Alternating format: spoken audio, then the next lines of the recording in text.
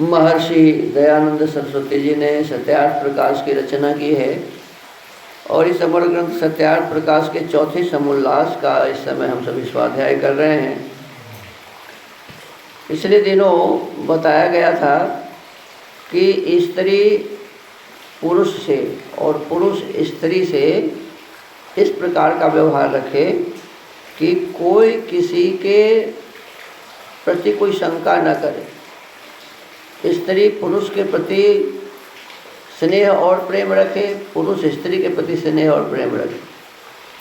लिखा है कि जब विवाह होवे तब स्त्री के हाथ पुरुष और पुरुष के हाथ स्त्री बिक चुकी। माने जैसे कोई सामान लोग खरीदता है ना जी, तो सामान जो खरीदता है तो कौन प्रयोग करता है? जो खरीदता है वही ना प्रयोग करेगा। ऐसे ही स्त्री पुरुष को खरीद लेती है तो उसका प्रयोग वही करेगी, दूसरी नहीं। ऐसे पुरुष स्त्री को खरीद लेती है तो स्त्री का भी प्रयोग पुरुष ही करेंगे, दूसरा नहीं। कहते हैं जो अर्थात जो स्त्री और पुरुष के साथ हाव भाव नख शिखा गृह पर्यंत जो कुछ है वह वीर्यादि एक दूसरे के अधीन हो जाता है। पुरुष स्त्री के अधीन और स्त्री पुरुष के अधीन हो जाता है। स्त्री व पुरुष सब प्रसन्नता के बिना कोई भी व्यवहार न करे। देखो, छोटा से छोटा यदि कार्य हो और पति अप्रसन्न हो तो पत्नी को नहीं करना चाहिए, पत्नी अप्रसन्न हो तो पति को नहीं करना चाहिए। जब दोनों में प्रसन्नता हो तभी कोई कार्य करने चाहिए, व्यवहार करने चाहिए। कहते स्त्री व पुरुष प्रसन्नता के बिना कोई भी व्यवहार न करे। और इस बात का जब ख्याल रखेगा तभी घर स्वर्ग बनेगा। हमारा घर स्वर्ग ऐसे नहीं बन जाएगा।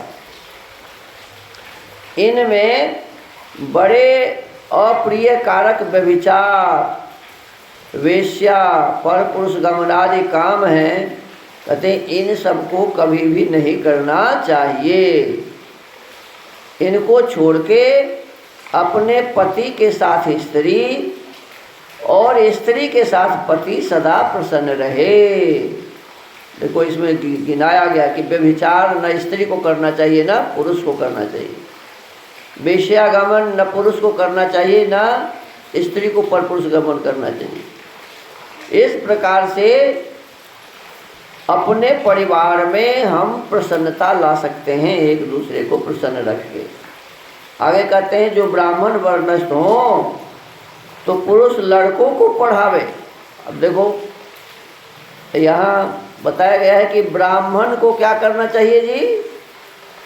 पुरुष है तो ब्राह्मण को बालक को पढ़ाना चाहिए, और महिला है तो ब्राह्मणी को बालिका को पढ़ाना चाहिए। ब्राह्मणों का काम पढ़ाने का ही होता है। जो ब्राह्मण वर्णस्थ हो तो पुरुष लड़कों को पढ़ावे तथा सुशिक्षिता स्त्री लड़कियों को पढ़ावे। नाना विधि उपदेश और वक्तृत्व करके उनको विद्वान करे। बच्चों को पढ़ा लिखा के विद्वान बनाना चाहिए। स्त्री का पूजनीय देव पति, माने स्त्री अपने पति को पूजनीय देव माने, और पुरुष की पूजनीय अर्थात सत्कार करने योग्य देवी स्त्री है। माने स्त्री पुरुष का पूजन करे और पुरुष स्त्री का पूजन करे। ऐसा नहीं कि स्त्री तो पूजन करे पति का और पति कोई स्त्री का पूजन न करे, ऐसा नहीं होना चाहिए। एक दूसरों की पूजा करे। पूजा का मतलब माने फूल अच्छा चढ़ाने नहीं होता। पूजा माने आदर सत्कार सम्मान करे। पुरुष स्त्री का आदर सत्कार सम्मान करे और स्त्री पुरुष का, पति देव का आदर सत्कार सम्मान करे। जब तक गुरुकुल में रहें तब तक माता पिता के समान अध्यापकों को समझें। अब देखो, इसमें आप लोगों की कमी है। आप लोग गुरुकुल में तो रहते हैं लेकिन गुरु जी को माता पिता के समान नहीं मानते हैं। अब इतना भोजन कराया जाता है, देखो दूध दही भोजन के सब सामग्री सब कुछ आपके लिए फ्री होता है, लेकिन दिमाग कहाँ पड़ा रहता है आपका? माँ के पास, पिता के पास। जैसे ही वो आवे तुरंत घर जाने के लिए तैयार हो जाते हैं। मन में होता ही नहीं है कि गुरुजी यार इतना खिलाते हैं पिलाते हैं सब व्यवस्था करते हैं, तो माता पिता के पास जाके क्या करें? वहाँ भी जाके तो यही करेंगे, लेकिन वहाँ खाली खेल करने के लिए, गांव-गांव घूमने के लिए, इधर उधर करने के लिए आप जाना चाहते हैं, पढ़ाई करने के लिए थोड़े जाते।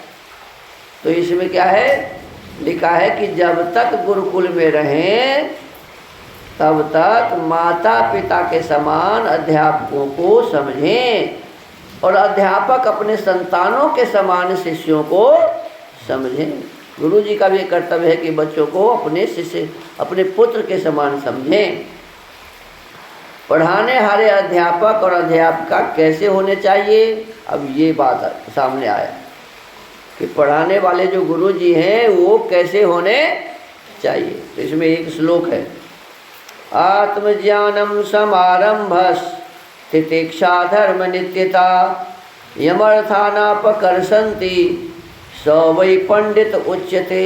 देखो, जो पढ़ाने वाले हो उसके लिए इसमें लिखा है जिसको आत्मज्ञान सम्यक आरंभ, अर्थात जो निकम्मा आलसी कभी न रहे। अब देखो, आत्मज्ञान का मतलब होता है कि मैं कौन हूँ ये पता होना चाहिए, ये शरीर क्या है ये पता होना चाहिए, परमात्मा क्या है ये पता होना। अब यही पता नहीं है, गुरु जी को पता नहीं है, तो फिर ब्रह्मचारी को कैसे पता चलेगा? तो गुरु जी के बारे में कहा कि आत्मज्ञान अर्थात आत्मा और परमात्मा का ठीक ठीक ज्ञान होना चाहिए। फिर वह निकम्मा न हो, आलसी कभी नहीं रहे, सुख दुख हानि लाभ मान अपमान निंदा स्तुति में हर्ष सुख कभी न करे, ऐसे व्यक्ति गुरु जी होने चाहिए। चाहे सुख हो चाहे दुख हो, चाहे हानि हो चाहे लाभ हो, चाहे मान कोई करे चाहे अपमान करे, कोई निंदा करे चाहे गुणगान करे, स्तुति करे, इसमें न कभी हर्ष होना चाहिए न शोक होना चाहिए, कभी न करे। धर्म ही में नित्य निश्चित रहे। माने गुरुजन का क्या कर्तव्य है जी? धर्म कार्य में ही सदा लगे रहें, जिसके मन को उत्तम उत्तम पदार्थ अर्थात विषय संबंधी वस्तु आकर्षण न कर सके। देखो, अनेक प्रकार के विषय वस्तु के सामान होते हैं, अब गुरु जी ही यदि उसके पीछे पागल हो जाएंगे तो ब्रह्मचारी क्या करे? तो इसीलिए कहते हैं कि उत्तम उत्तम पदार्थ अर्थात विषय संबंधी वस्तु आकर्षण गुरु जी को न कर सके, ऐसे व्यक्ति है वही पढ़ाने योग्य है, और ऐसे ही व्यक्ति को पंडित कहना चाहिए। पंडित कैसे व्यक्ति को कहेंगे जी? वही व्यक्ति जो आत्मा परमात्मा का ठीक ठीक ज्ञान रखे, जो निकम्मा न हो, जो आलसी न हो, जो सुख दुख को समान समझे, हानि लाभ को समान समझे, मान अपमान में भी शोक न करे, निंदा स्तुति में भी हर शोक न करे, नित्य धर्म का सेवन करे, उत्तम उत्तम पदार्थ भी उन्हें अपने तरफ आकर्षित, विषय का पदार्थ भी उन्हें आकर्षित न कर सके, ऐसे जो व्यक्ति हैं वही पढ़ाने वाले होने चाहिए। अब ऐसे पढ़ाने वाले तो आज बिरले ही मिलते हैं, ऐसे पढ़ाने वाले मिलना बड़ा कठिन है। किसी भी स्कूल में चले जाओ, ऐसे शिक्षक मिलेंगे क्या? अब नहीं मिलेंगे तो सही शिक्षा नहीं मिलेगी, क्योंकि खुद ही यदि शिक्षित नहीं है तो दूसरों को शिक्षित क्या कर सकेंगे। तो आज सत्यार्थ का स्वाध्याय के क्रम में हमने जाना है कि पढ़ाने वाले कैसे होने चाहिए, गुरुजन कैसे होने चाहिए, और फिर स्त्री पतिदेव अपने पत्नी देवी की आज पूजा करे, पूजा माने आदर सम्मान करे, एक दूसरे को प्रसन्न रखे, और फिर दोनों को मिलके अपने संतान को सुशिक्षित बनाने का काम करना चाहिए। और फिर जब वो गुरुकुल में जाए तो गुरु जी उसे सुशिक्षित बनाए, और गुरु जी के प्रति बच्चों का भाव कैसा होना चाहिए? ब्रह्मचारी का माता पिता के ये मेरे माता पिता हैं, गुरु जी को क्या मानना चाहिए जी? और गुरुजन भी अपने ब्रह्मचारी को क्या समझे? ये मेरे अपने संतान हैं, अपने संतान के समान।